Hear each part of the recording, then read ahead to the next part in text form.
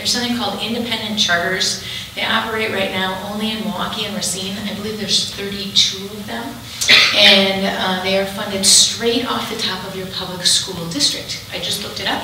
River Falls every year loses $220,000 to independent charter schools that operate only in Milwaukee and Racine.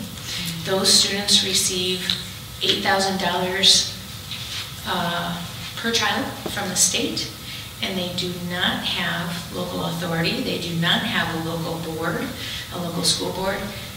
They don't have to take all children in the same way that public schools do. That already siphons off $220,000 from your local school district to fund students elsewhere. If we have a statewide charter authorizing board, what that would do is any school that applied to be a part of that could potentially opt in. So it may be a school within your district. It may be a new school. It could be something like Rocket Ship or K-12, and those are commercialized charter schools. They're sort of the Walmart of education, and they're all throughout the nation. They could come to a community. They'll probably come to the bigger communities where there's more students that they can pull in, and then they would get that funding, which indirectly, remember it's kind of complicated, but indirectly siphons off of your local property taxes.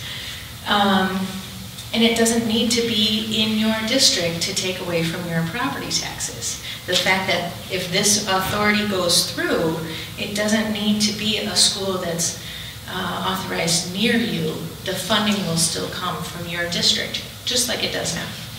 Well, one of the things to keep in mind here is that we have lots of charter schools in this state right now that school boards set up and that they maintain oversight over and do an excellent job.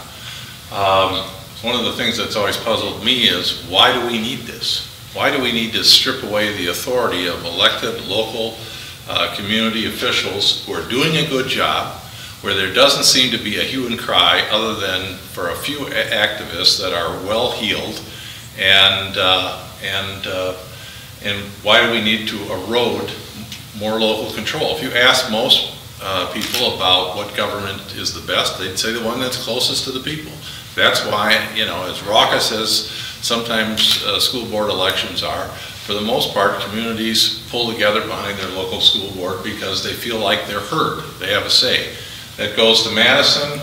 I think they'll being heard not so much. We know that there's a lot of people who retired early because of active. There's a lot of people my age and my level who are leaving the profession, and I've heard estimates that there are up to only half the people entering schools of education in our colleges. So maybe it hasn't really hit us yet, but it's coming. One big reason that I'm substitute teaching right now is because they had no one apply.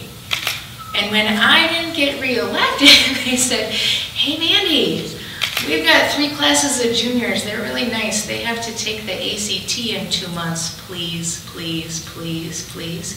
Because they were going to have 3 different teachers teaching during their lunches, and then the principal coming in for 15 minutes each class because they couldn't even cover the entire, I mean, it was terrible, right? I mean, it was just really a terrible situation.